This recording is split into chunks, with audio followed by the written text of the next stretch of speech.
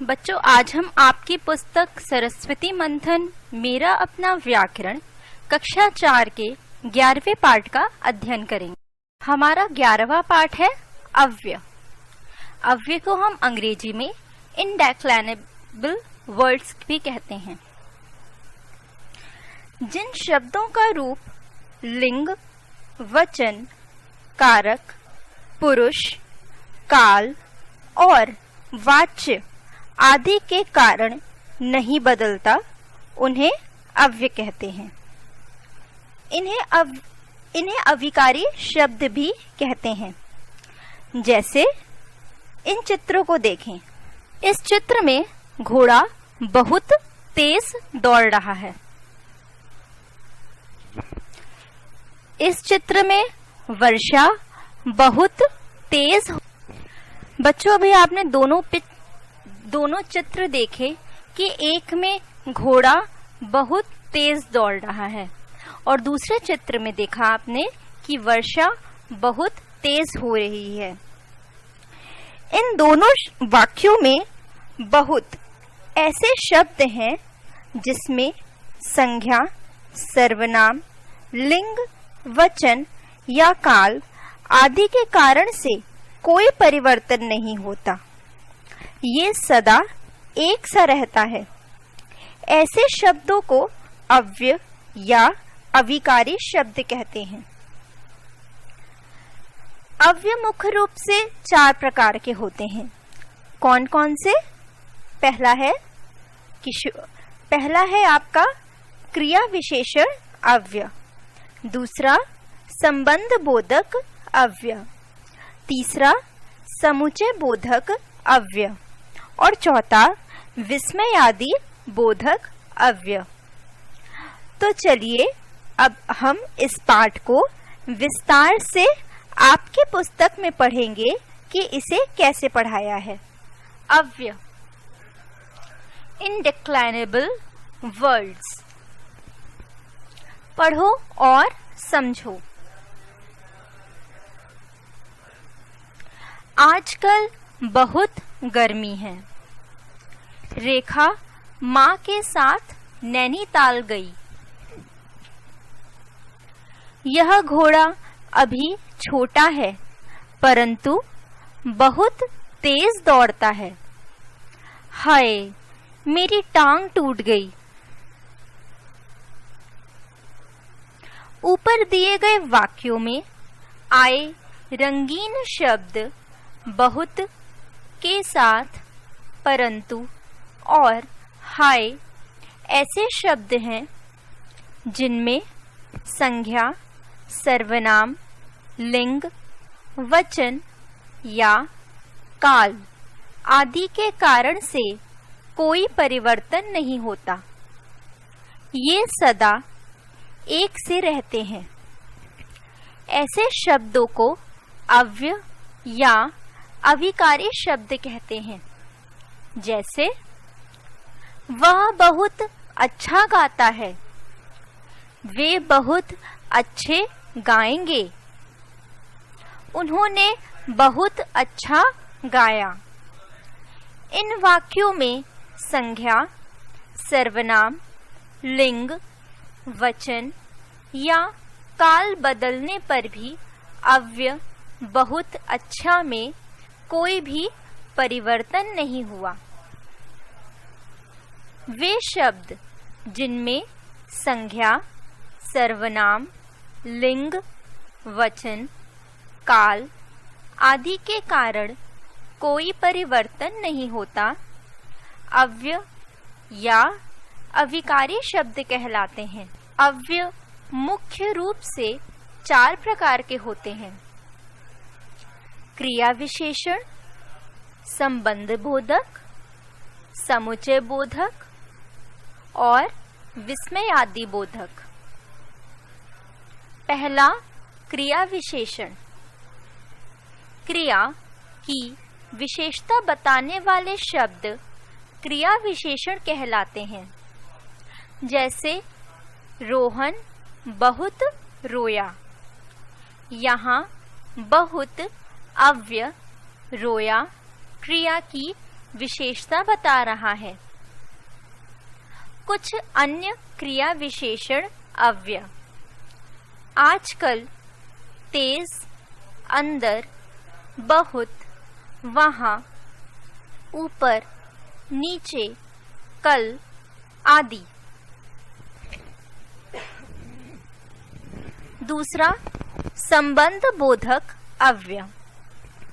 संज्ञा या सर्वनाम का वाक्य के अन्य पदों से संबंध बताने वाले शब्द संबंध बोधक कहलाते हैं। जैसे, मेरे घर के सामने पार्क है। में के सामने घर और पार्क के बीच संबंध बता रहा है। कुछ अन्य संबंध बोधक अव्यय। के साथ, के ऊपर, से दूर, के अतिरिक्त, के पीछे, के नीचे आदि। तीसरा, समुच्चय बोधक अव्यय। दो शब्दों, वाक्यों या वाक्यांशों को जोड़ने वाले शब्द समुच्चय बोधक कहलाते हैं। जैसे, बाहर बारिश हो रही है। पर रेखा बाहर खेल रही है। यहाँ पर दो वाक्यों को जोड़ने काम कर रहे हैं, समुच्चय बोधक अव्यय हैं। कुछ अन्य समुच्चय बोधक अव्यय और, परंतु, ताकि, चूंकि, अथवा, ज्यों ही, बल्कि आदि। चौथा, विस्मय आदि बोधक अव्यय। आश्चर्य, हर्ष, दुख, क्रोध, डर, घृणा आदि भावों के प्रकट करने वाले शब्द विस्मय आदि बोधक अव्यय कहलाते हैं। जैसे, छी, नाक में उंगली नहीं डालते। यहाँ छी शब्द घृणा का भाव प्रकट कर रहा है, अतः ये विस्मयादि बोधक अव्यय है। कुछ अन्य विस्मयादि बोधक अव्यय। वाह, अरे, हाय, उफ, शाबाश, ओह आदि। विशेष, विशेषण संज्ञा सर्वनाम की विशेषता बताते हैं और क्रिया विशेषण क्रिया की विशेषता बताते हैं।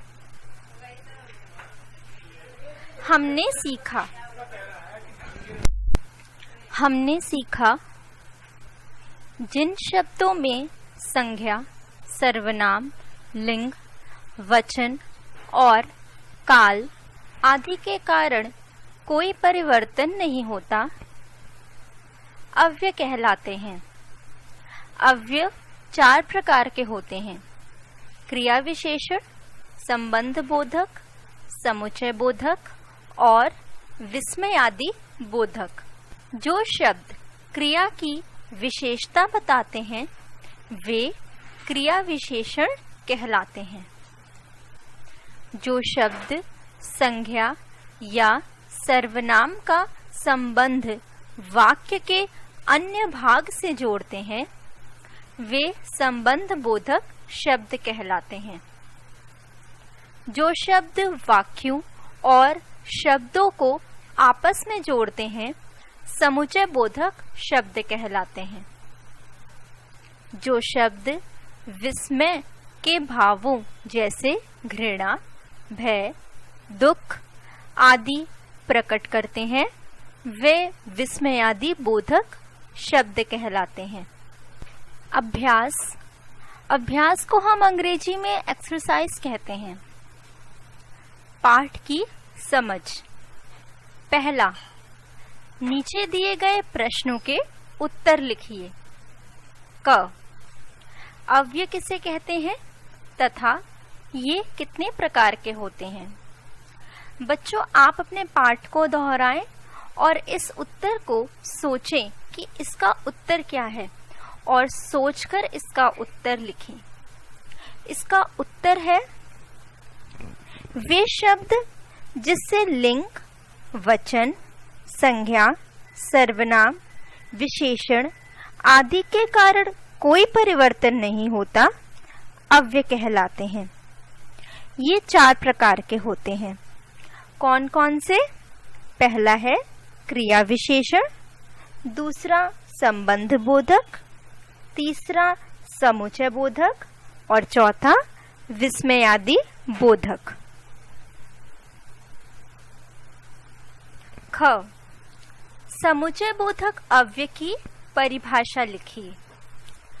बच्चों, इसका उत्तर है जो शब्द वाक्यों और शब्दों को आपस में जोड़ते हैं उसे संबंधबोधक शब्द कहलाते हैं।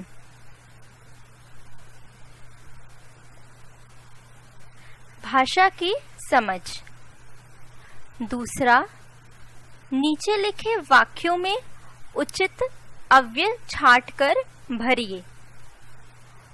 का, सब लोग चले जाओ। यहाँ 2 शब्द दिए गए हैं, बाहरी और बाहर। इसमें आप भरेंगे सब लोग बाहर चले जाओ। ख,